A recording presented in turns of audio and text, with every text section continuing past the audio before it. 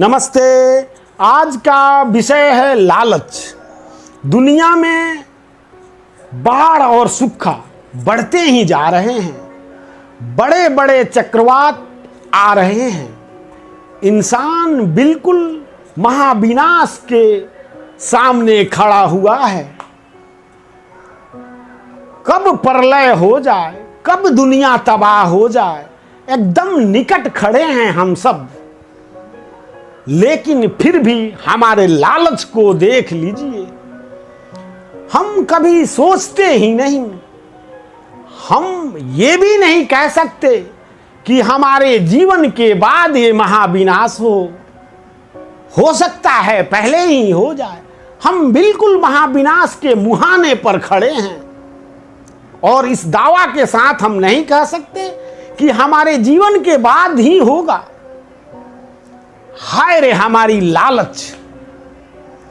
जब ये प्रलय होगा, विनाश होगा, तो आप देखेंगे आपका दिल दहल जाएगा। लेकिन ऐसे लालची लोग इसे कुछ करने को तैयार ही नहीं है। करना कुछ नहीं है, करना तो बस इतना सा है। इतने उत्पादन हो रहे हैं, इतनी गाड़ियां का उत्पादन किया जा रहा है। और उत्पादन करो और बढ़ाओ और बढ़ाओ और गाड़ियों का उत्पादन करो और सड़कों को बढ़ाओ। जमीन से जो निकाल सकते हो सब निकाल लो। पहाड़ों की खुदाई कर दो, सागर का दोहन कर दो। जो कर सकते हो करो। मैं लालची हूं, हम लोग लालची हैं। सब कुछ तबाह कर दो, लेकिन अपने लालच को मत छोड़ो।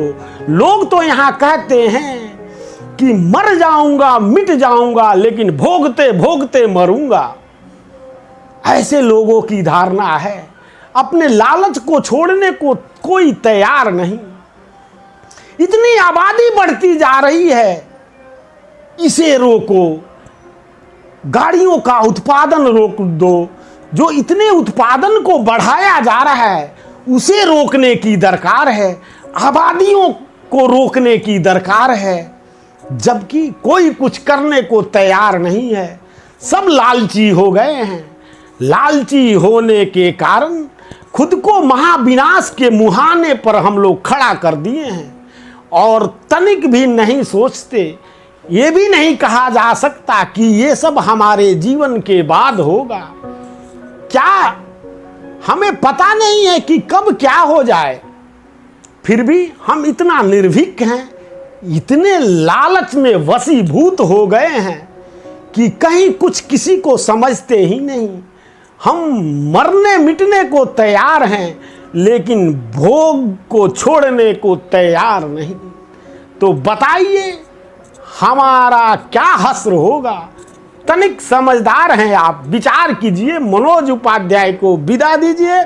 आप खुश रहिए, मस्त रहिए, स्वस्थ रहिए। यही मेरी भोलेनाथ से प्रार्थना है और आपसे निवेदन भी कि मुझे सब्सक्राइब अवश्य करें। धन्यवाद साथियों, मुझे सुनने के लिए तहे दिल से आप सबों को धन्यवाद।